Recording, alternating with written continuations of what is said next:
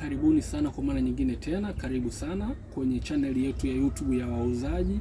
Leo tutajifunza jinsi ya kuzima kutokuonekana kabisa kama upo online Facebook, lakini unakuta unafanya mambo yako. Hiyo ni nzuri kwa sababu unakuta kuna mtu unataka usimuoneshe kama upo online, lakini unaendelea na mambo mengine Facebook. Moja kwa moja unagusa hii sehemu hapa. Baada ya hapo unapandisha juu, unaingia kwenye setting.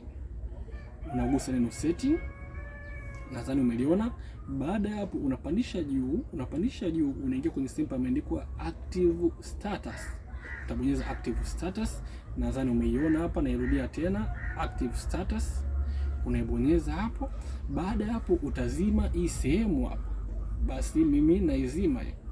Itakwambia unataka kweli kuzima, utakubali ndio, turn off, moja itakuwa imejizima. Kwa hiyo kile kinukta kinachoonyeshaga huyu mtu yupo online hakitoonekana tena. Karibu sana, usisahau kusubscribe hapo chini. Video kama hizi na nyingine nyingi bado zinakuja na nyingine zipo. Karibu sana.